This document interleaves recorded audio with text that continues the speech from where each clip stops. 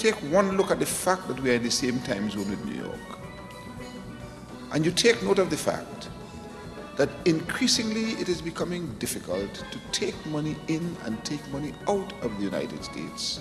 And as these restrictions are placed in the US, a number of the companies that operate in the financial sector in the US have begun to look outside of US borders to see what the opportunities are for relocation. And Trinidad and Tobago is seeking to be on the ground floor of that particular move.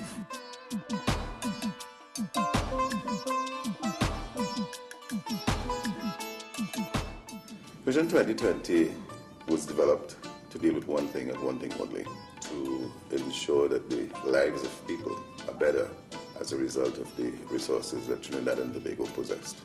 It set some benchmarks and it developed a plan to get us there in the shortest possible time, or by 2020.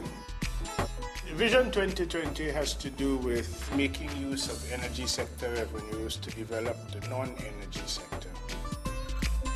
The market that we are seeking to promote was developed when Trinidad and Tobago was looking for diversification away from energy and gas.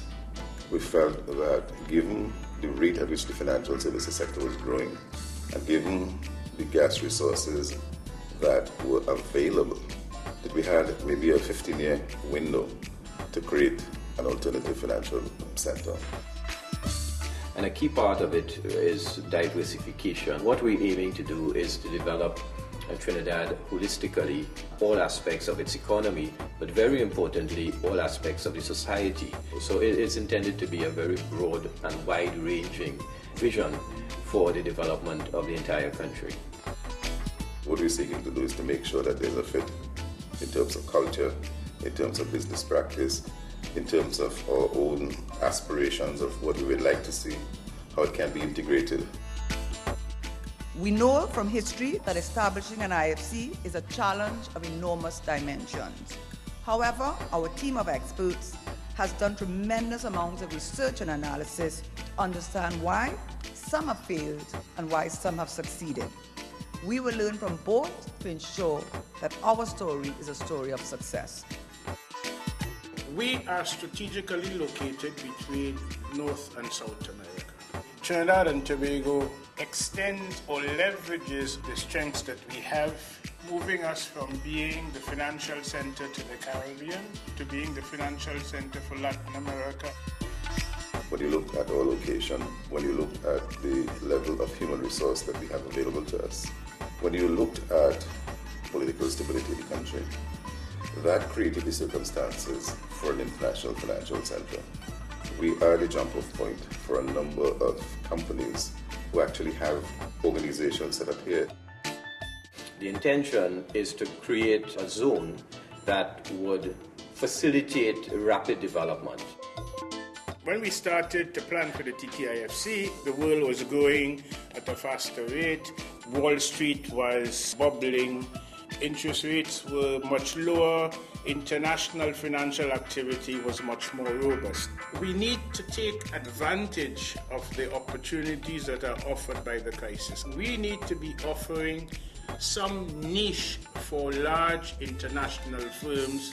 They need to see the difference that Trinidad and Tobago offers. When we started exploring the ISC as an opportunity in Trinidad, we looked around the world and we looked at who have had successful developments. And once you have an IFC located in Trinidad, you are then going to have demand for housing, new housing, you're going to have demand for supply of goods and services and so on, which will obviously expand the economic activity in Trinidad. The benefits of this would certainly be down to the rest of the economy. Because to the extent that people come to work in the financial sector, they're going to need housing, they're going to want to enjoy our tourism facilities, they're going to be interested in our entertainment, and it would cause spillovers throughout the economy. I believe that all these factors collectively give us the optimism to say, yes, we can. Yes, we can. Our overall economic growth continues to defy international trends. And over the last 6 years, more than $6 billion in direct foreign investment has come to our shores. The convergence of all these positive factors has opened a window of opportunity for us.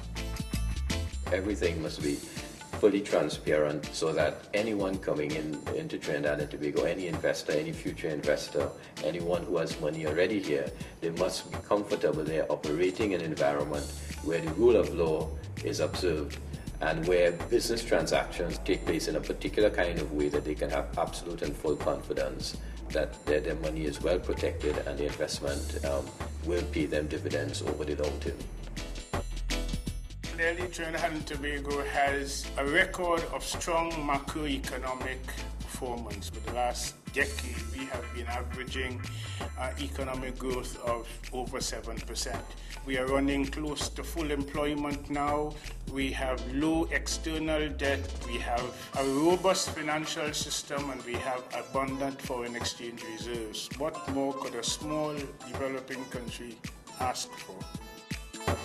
We need to continue to focus on the softer side, the social infrastructure, the areas that create long-term value because it results in development of the people and development of our intellectual capability and our ability to leverage that to create value for the society over the longer term. And I think that particular area is a part that we need to focus on now. We can see no greater contribution that we could make to the future prosperity of our nation and to the economic well-being of the people of Trinidad and Tobago than to implement this project and see it through to completion. With your help, we will deliver on our commitment to make Trinidad and Tobago a major international financial market. We have moved this project much farther along than many people thought possible. As we move forward, ladies and gentlemen, the one thing that the government of Trinidad and Tobago knows is this: what a country and a people are able to achieve will be limited only by the vision of its leaders.